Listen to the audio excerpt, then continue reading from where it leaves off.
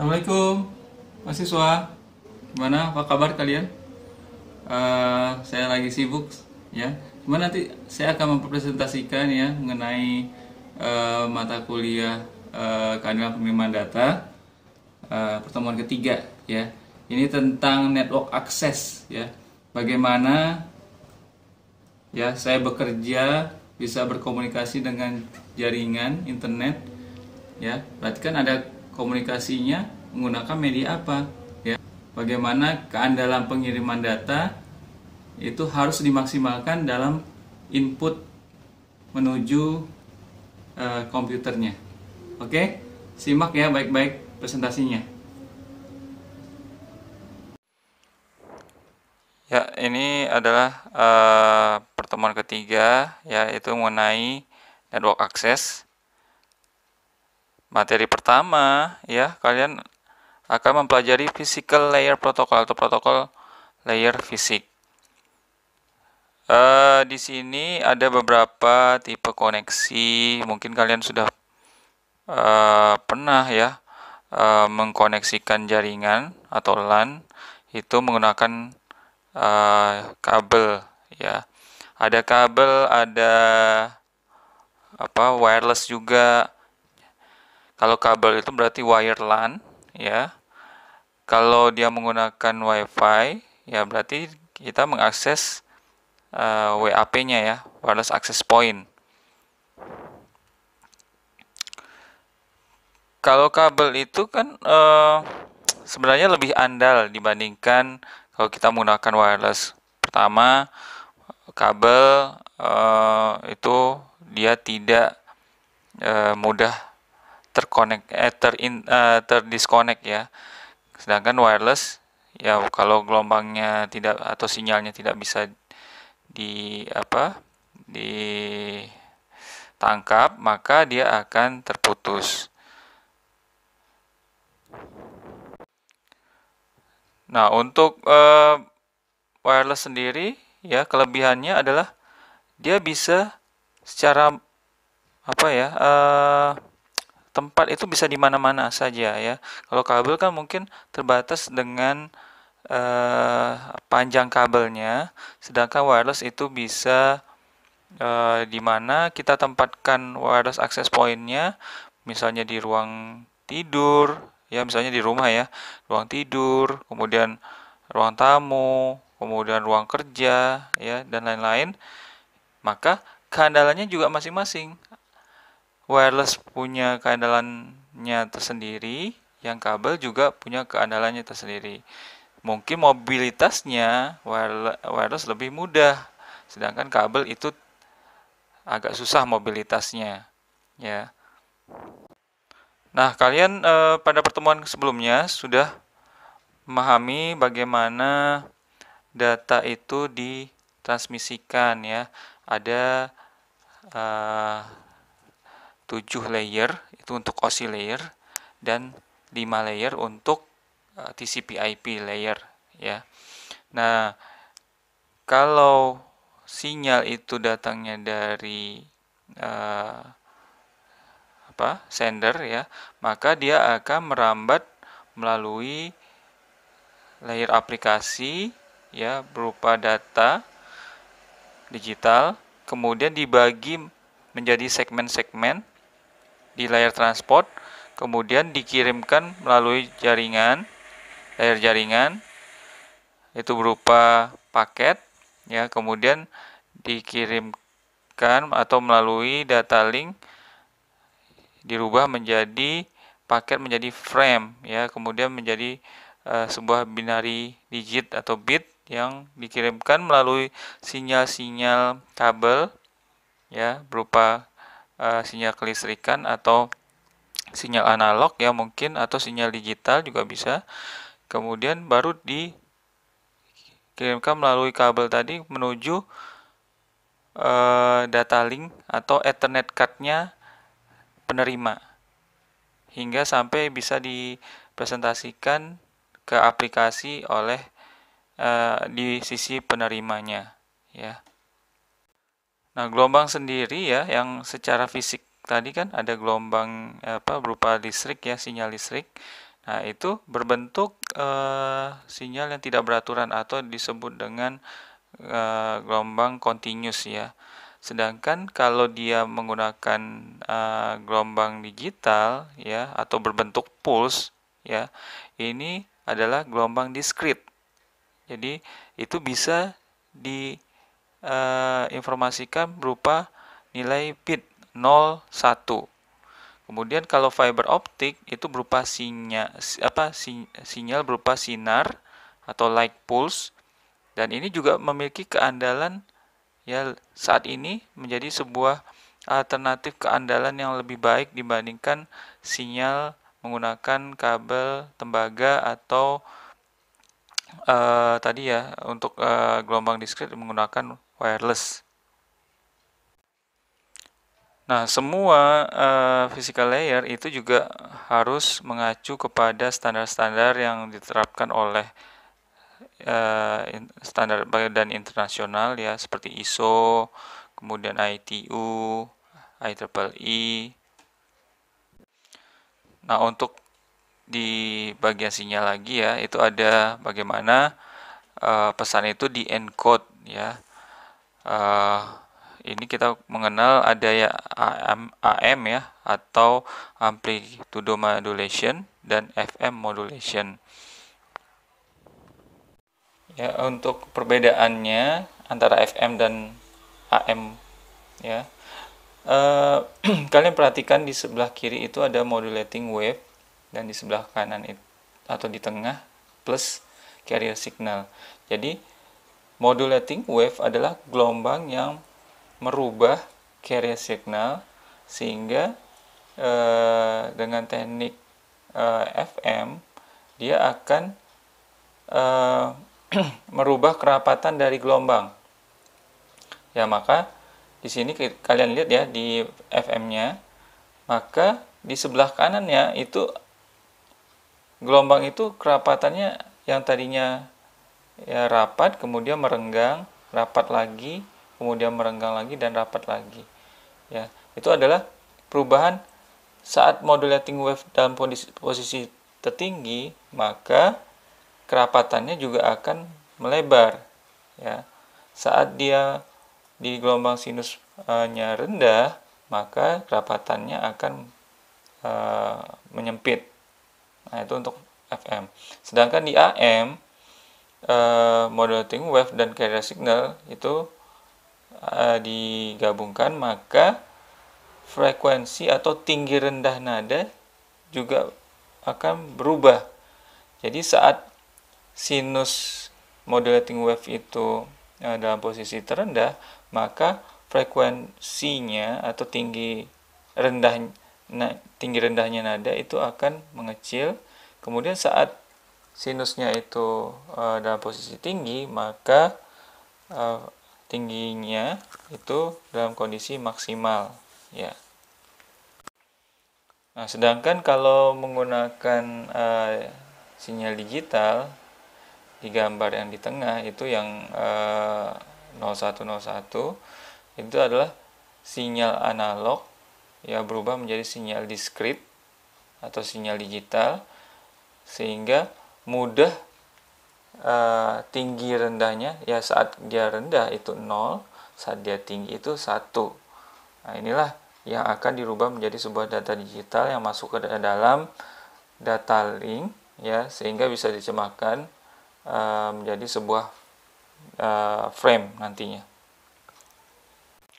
Nah, untuk keandalan data saja keandalan data itu tadi kita sudah mempelajari contoh kabel ya, kabel yang saat ini yang FO sudah banyak digunakan dan itu lebih baik dibandingin kabel tembaga ya.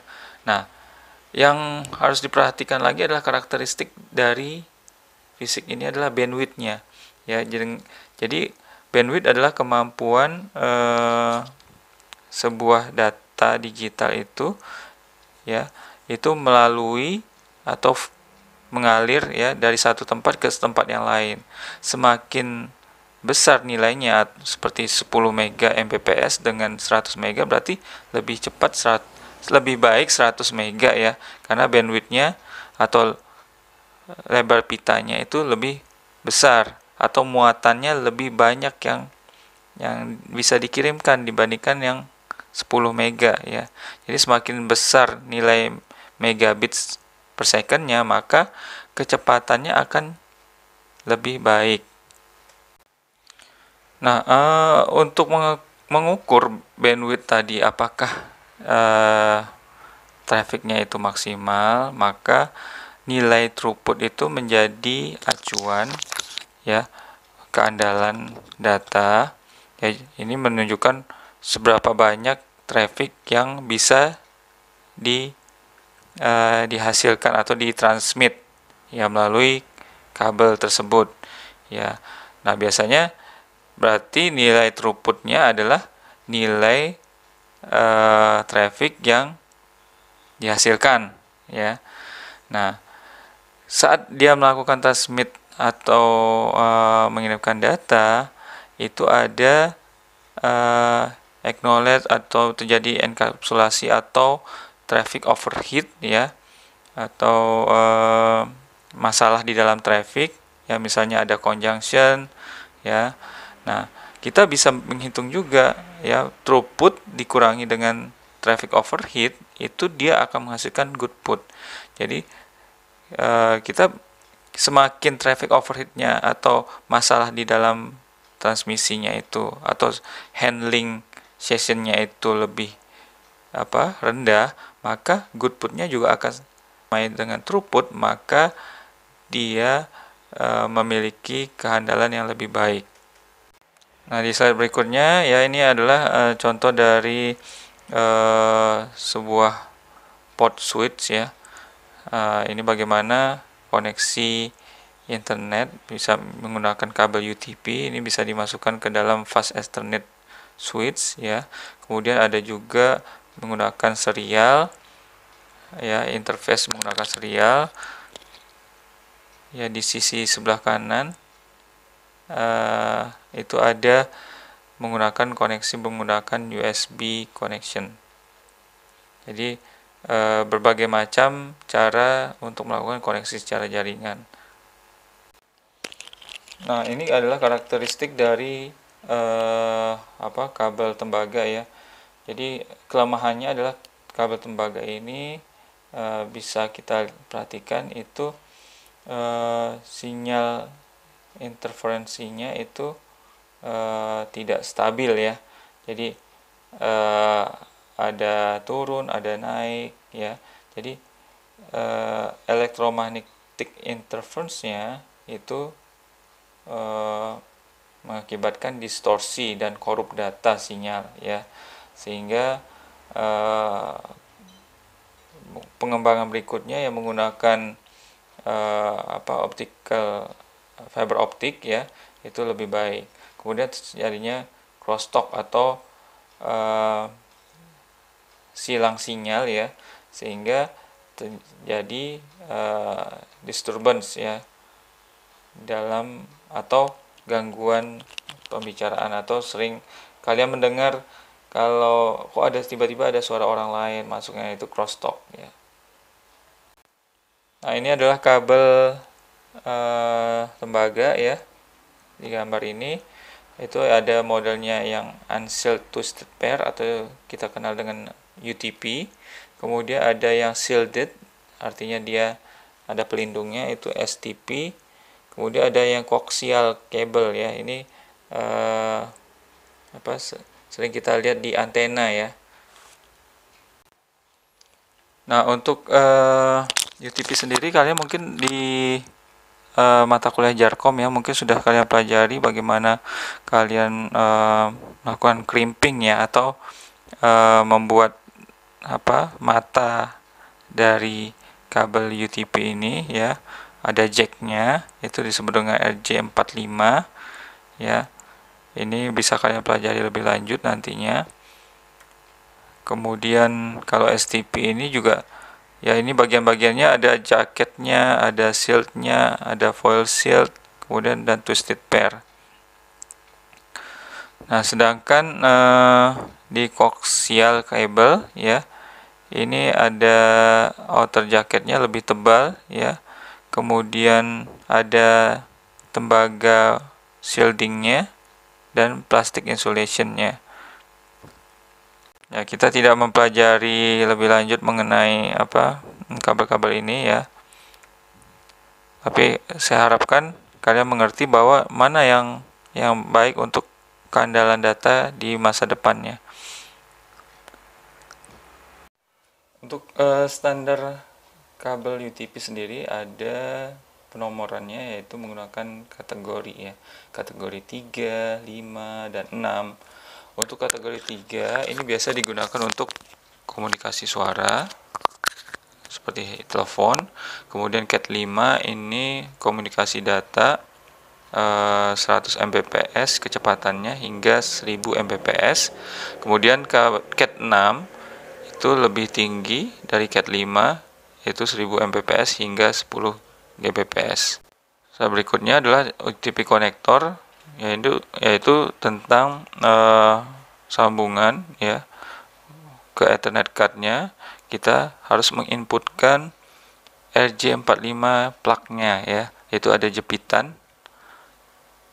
Kemudian RJ45 UTP socket adalah yang ada di soket yang ada di laptop kalian. Jadi RJ45 plug ya dimasukkan ke dalam soketnya. Jadi soketnya ini seperti female-nya.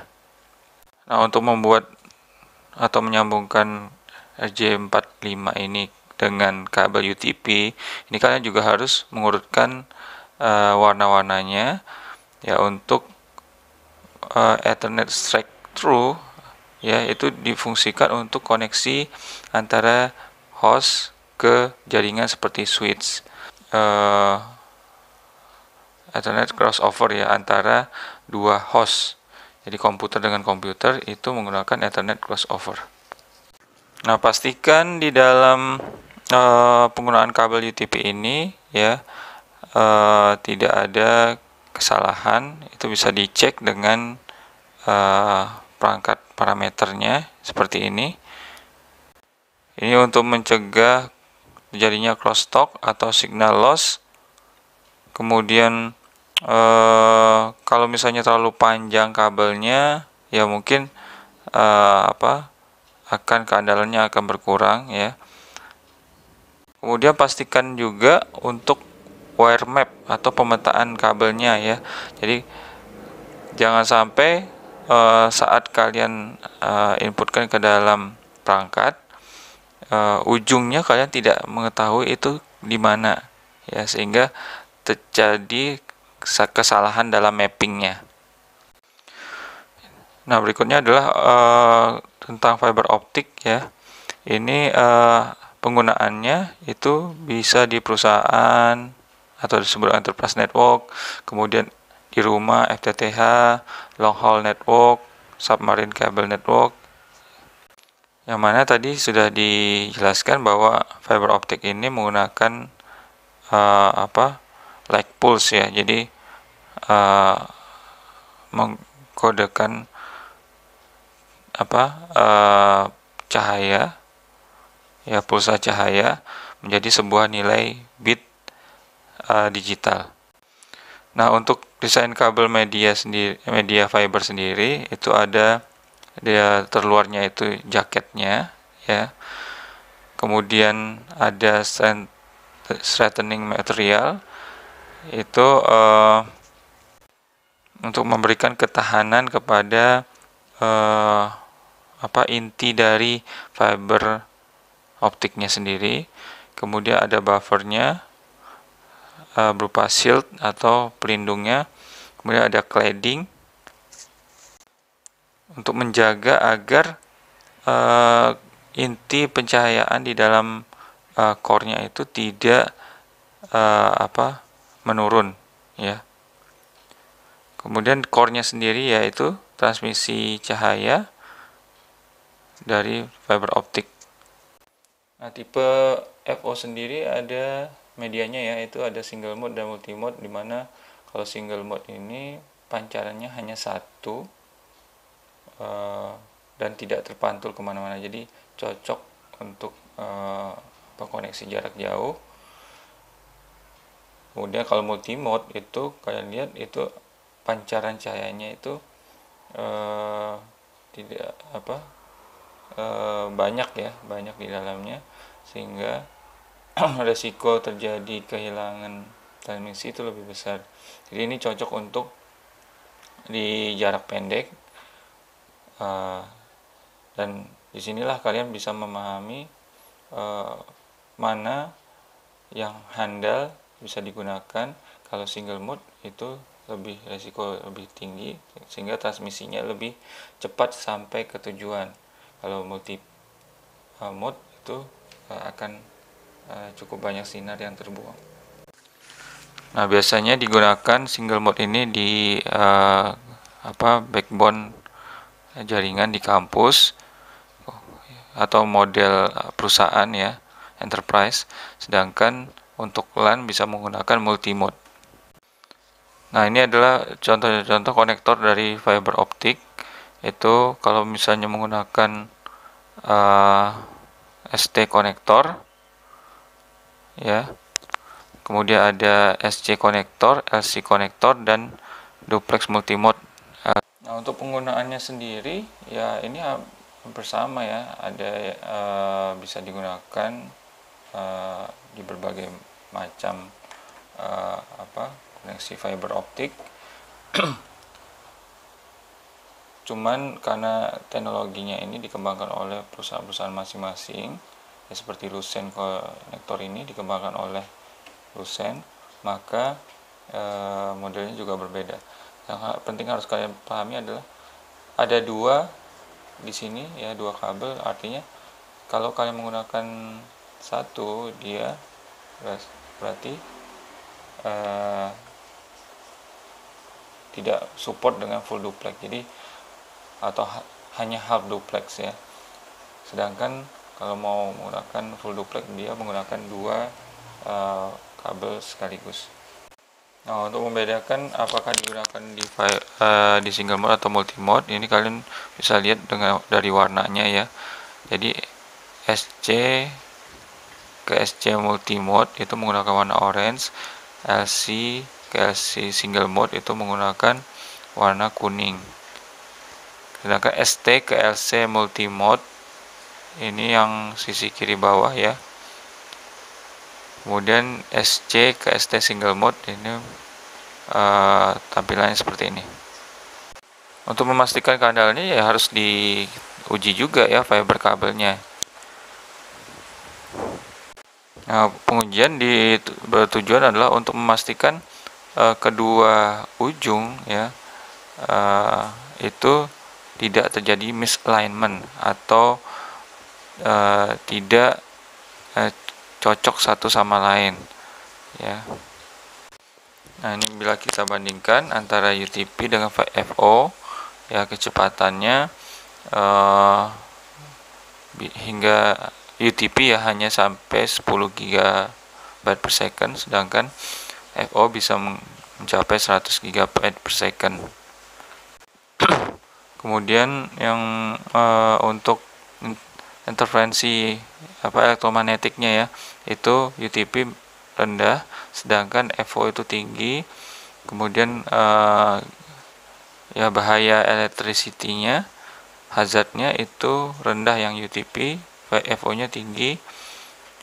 Biayanya FO lebih tinggi daripada UTP. Kemudian butuh keahlian yang lebih tinggi dibandingkan penggunaan UTP, dan safety-nya harus lebih tinggi ya menggunakan FO. Nah, untuk mendesain menggunakan wireless media atau media WiFi ya, ini kalian harus memastikan nih ada 4 hal yang harus kalian perhatikan. Adalah coverage areanya ya. Jadi untuk WiFi sendiri karena berbentuk gelombang, nah ada area yang mungkin tidak tercover oleh gelombang. Nah, ini akan menurunkan keandalan datanya. Jadi misalnya sinyalnya itu lemah, dia akan kecepatannya juga akan menurun. Kemudian adanya interferensi ya dari perangkat lain seperti microwave ya, kemudian wireless komunikasi yang lain, atau yang sering itu penggunaan antena satelit ya.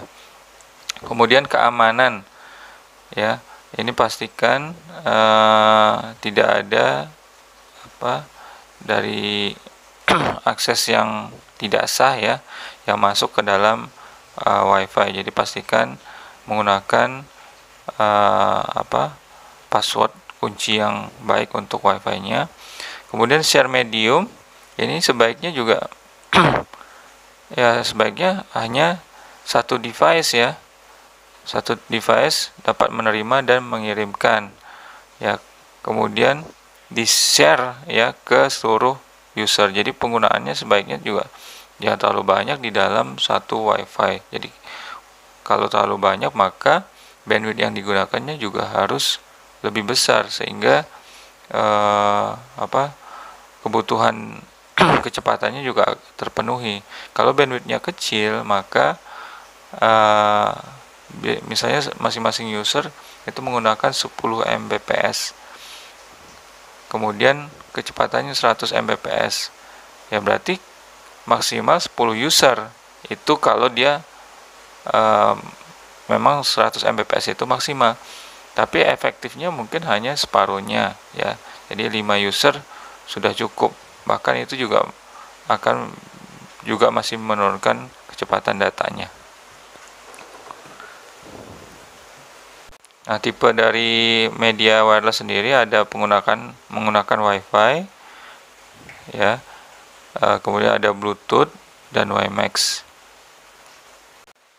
Nah, untuk wireless sendiri atau WiFi ya, ini menggunakan wireless access point, yaitu seperti router ya yang berfungsi untuk mengirimkan sinyal jaringan. Jadi kalian tidak perlu menggunakan jadi Ethernet yang berfungsi sebagai media wireless untuk mengirimkan sinyal agar user dapat terkoneksi. Nah, untuk protokol data link ya, kita perhatikan bagaimana jaringan itu masuk ke komputer kita melalui kabel atau physical layer, kemudian dia berkomunikasi dengan Ethernet card, yaitu itu adalah layer data link. Jadi kabel yang dimasukkan ke dalam konektor RJ45 soket itu kemudian dia berkomunikasi di layer data link. Nah, apabila data itu dikirimkan ya, misalnya di sini diumpamakan seorang user ya mengirimkan data atau pesan ke web server, maka yang terlibat di dalam layer data link ini ada dua bagian yang ada di dalam frame. Itu ada layer 2 header dan layer 3 IP paket. Nah, IP paket sendiri itu terdiri dari IP address sumber dan IP address destination ya. Sedangkan di layer 2-nya itu ada network interface card source atau sumbernya dan NIC destination-nya. Jadi yang perlu dipahami bahwa di dalam frame sendiri kenapa ada dua layer tersebut ya, karena ingin berkomunikasikan ya dari layer jaringan ke layer data link, maka identifikasinya adalah ditambahkan dengan alamat NIC-nya. Nah, kita lihat, perhatikan di layar berikutnya. Nah, maka di data link sendiri ya, bagaimana layer jaringan tersebut berkomunikasi ya, ini ada dibantu oleh logical link control atau LLC sublayer atau layer sub ya dari data link yang berfungsi berkomunikasi dengan jaringan atau layer jaringan. Di sini tersedia IP versi 4 protokol dan IP versi 6-nya. Ya. Kemudian untuk data link dan physical itu menggunakan media akses kontrol untuk berkomunikasi. Ya, di mana komunikasi yang digunakan adalah bisa menggunakan Ethernet, kemudian ada Wi-Fi, dan kemudian ada Bluetooth. Nah, apa sih manfaat dari kontrol akses media? Karena sebuah perangkat itu terkoneksi belum tentu menggunakan koneksi yang sama, ya. Ada yang menggunakan kabel tembaga, ada yang menggunakan Wi-Fi, kemudian ada yang menggunakan FO. Maka media akses kontrol ini adalah sebagai protokol standar agar seluruh media transmisi tadi dapat berkomunikasi dengan baik. Nah, bila komunikasinya jarak jauh ya seperti ini ya, dari Jepang dia mengirimkan frame ya, kemudian terkoneksi dengan wireless access point router Wi-Fi, kemudian dikirimkan dengan FO ke menuju satelit menggunakan gelombang microwave ya.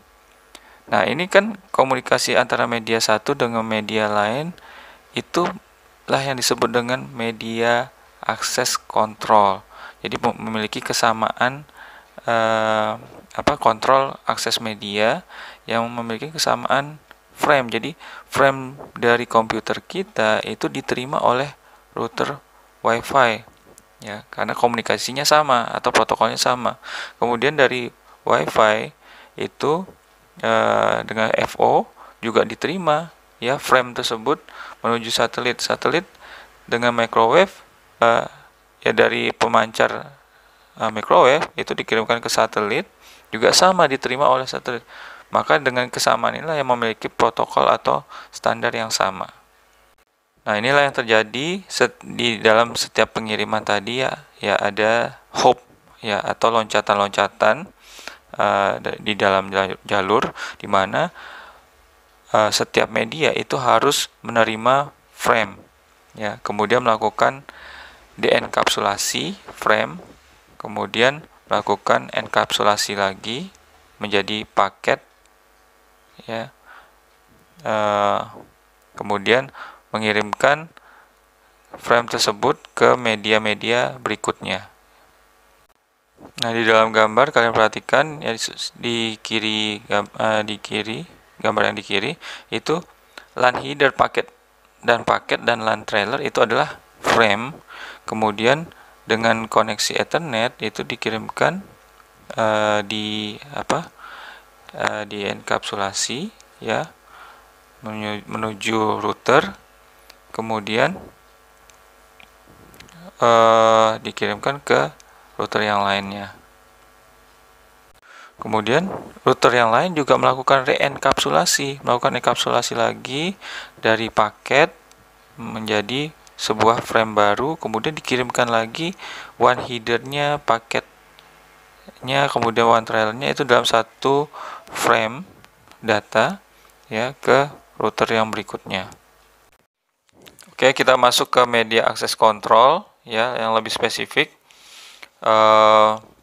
Kalian telah pahami tadi frame memerlukan media akses kontrol untuk sebagai standar ya, standar. Jadi anggap saja ini seperti media akses kontrol seperti rambu-rambu lalu lintas di mana setiap kendaraan yang akan melalui jalanan tersebut ada traffic light-nya, kemudian ada perbodennya, dilarang masuk, ya ada dilarang stop, boleh ke kiri, boleh ke kanan. Sama dengan frame ini ya. Jadi frame dia tujuannya kemana sih? Kan harus menuju jaringan. Berarti tujuannya itu kan sudah didefinisikan di dalam frame itu. Ada NIC address-nya dan IP address-nya. Itulah mengidentifikasikan alamat. Nah, alamat inilah nanti yang akan ditransmisikan melalui jaringan ke tujuan yang tepat. Itulah fungsi dari media access control. Kemudian kita juga harus membuat sebuah topologi, ya, baik itu topologi fisik maupun topologi logik, atau desainnya seperti apa. Misalnya sebuah topologi fisik, ya, ini web server diletakkan di rak kedua, laci ke pertama, kemudian email server itu di rak kedua, kemudian laci kedua, dan seterusnya. Ini baru secara logiknya atau di ruang fisik, ya. Sedangkan di ruang maya kita harus bisa menggunakan topologi logik, di mana di dalam topologi logik ini ada IP address yang digunakan.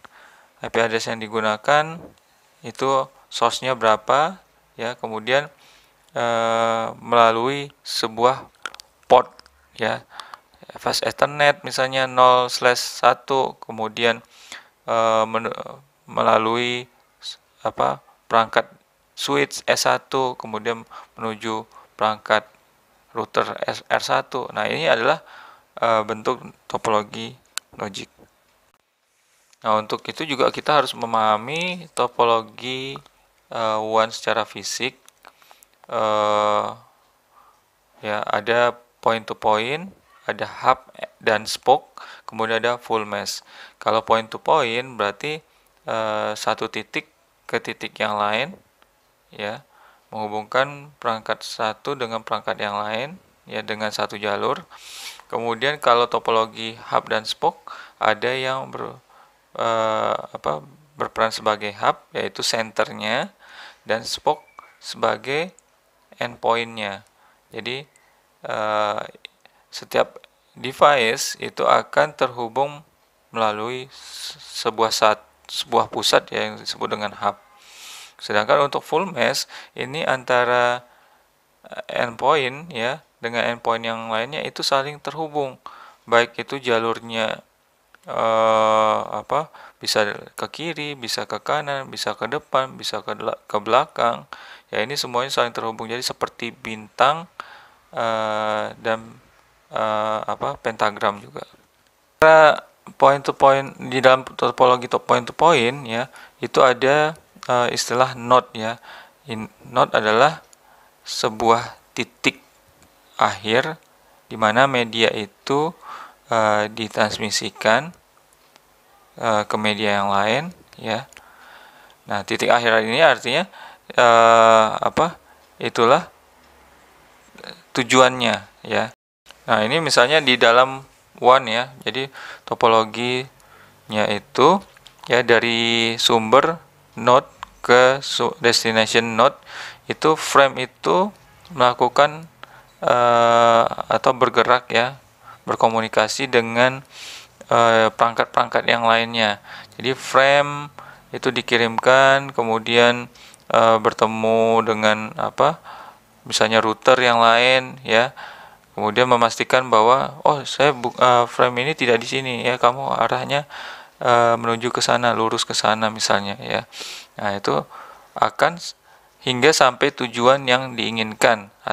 Inilah disebut dengan sirkuit virtual. Jadi ada sirkuit fisik, ya, berarti hanya sebuah kabel yang terhubung, gitu, ya. Kalau sirkuit virtual ini seperti sebuah logic ID, ya, yang mengidentifikasikan setiap poin ke poinnya.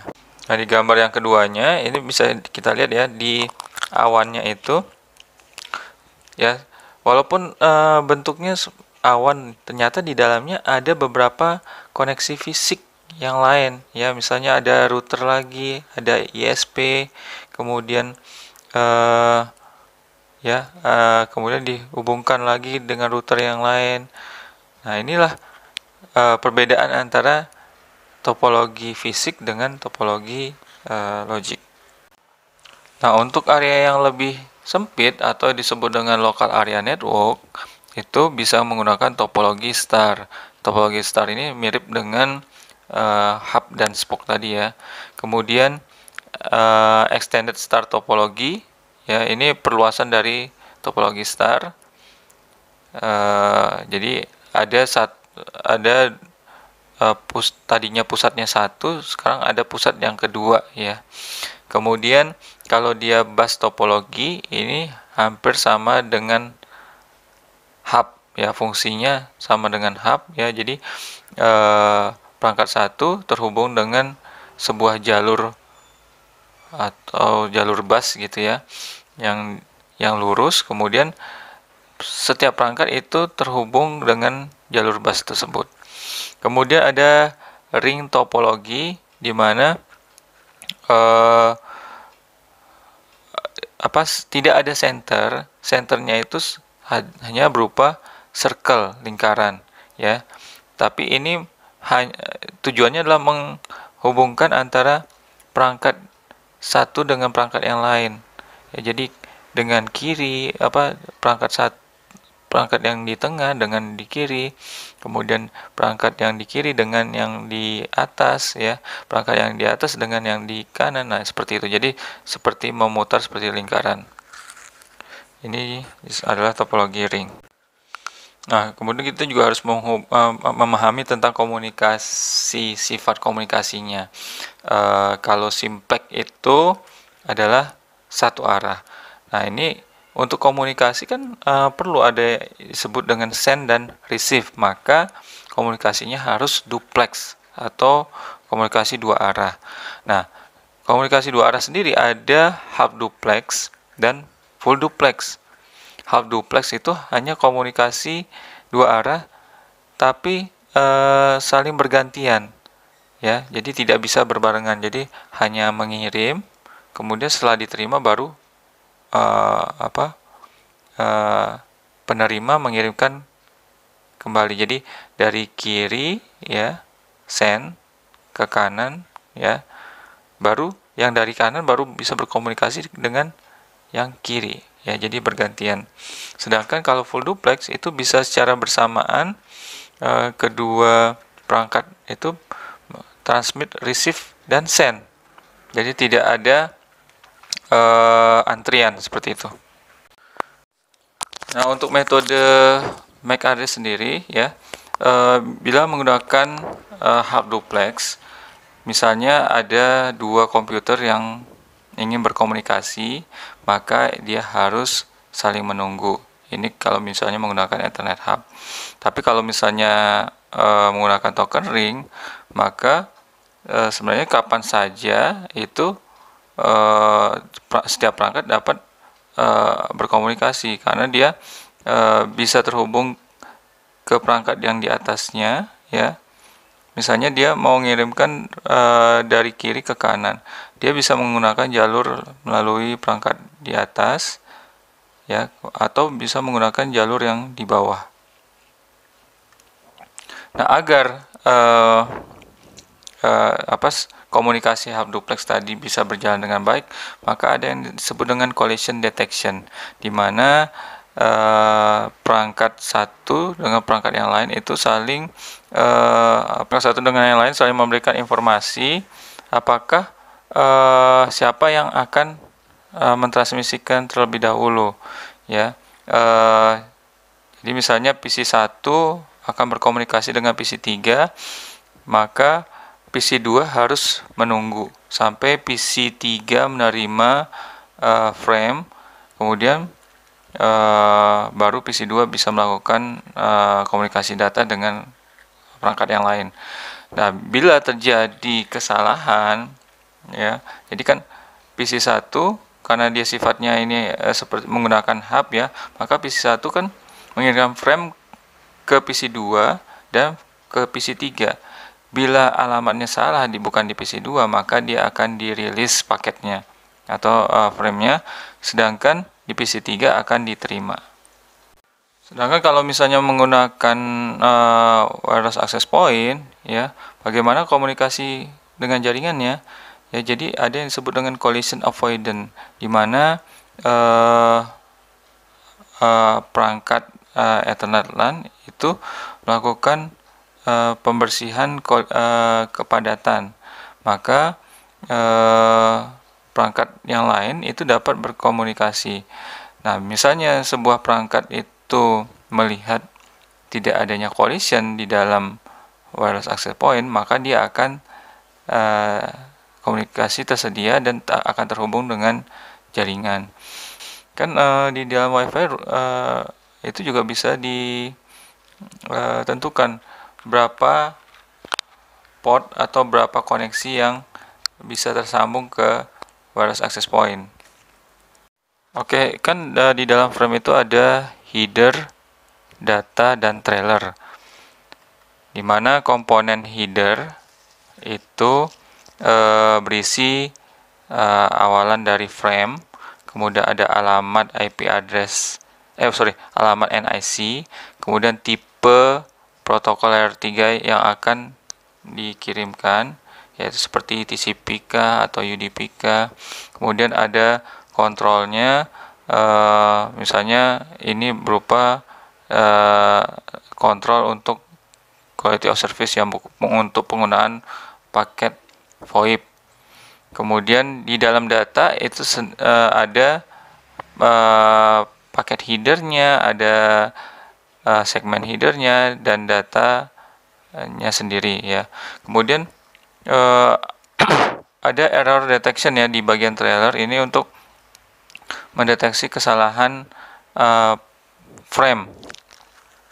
Kemudian ada frame stop, yaitu untuk mengakhiri sebuah frame. Di layer 2 address ya, ini kan ada destination NIC dan source ID-nya, kemudian ada source IP dan destination IP-nya. Maka saat sebuah PC 1 itu berkomunikasi ke web server, maka dia lalu lintasnya akan mendeteksi atau melalui sebuah router atau switch ya. Jadi layer 2, layer 3 itu yaitu dalam frame ya, itu dikomunikasikan dengan router pertama ya. Kemudian ada NIC dari router yang router pertama akan melakukan pemetaan ya, bahwa destination IP address Anda itu ada di router berikutnya. Maka frame dibawa ke router kedua, kemudian di router kedua juga melakukan pemetaan bahwa NIC card yang Anda inginkan adalah di web server. Maka dia akan teruskan ke frame data tersebut ke web server.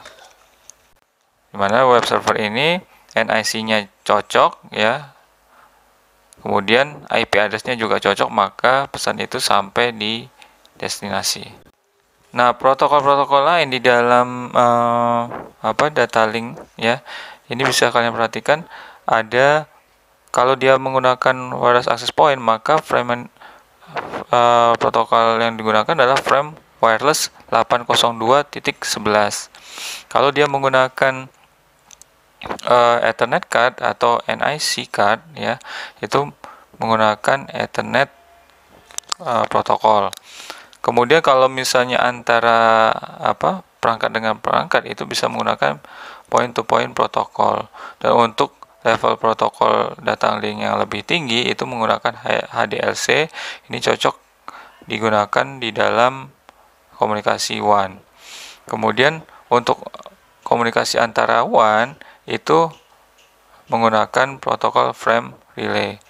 Nah, protokol-protokol ini nanti akan kalian pahami di pertemuan atau di kuliah online berikutnya. Alhamdulillah ya, pertemuan kali ini sudah selesai.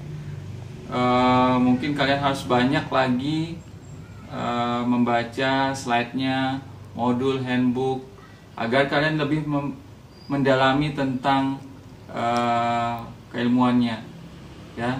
Jadi tetap belajar di rumah ya, jangan kemana-mana, baca modulnya. Kita bertemu lagi di pertemuan atau di kuliah online yang berikutnya. Oke, terima kasih. Assalamualaikum warahmatullahi wabarakatuh.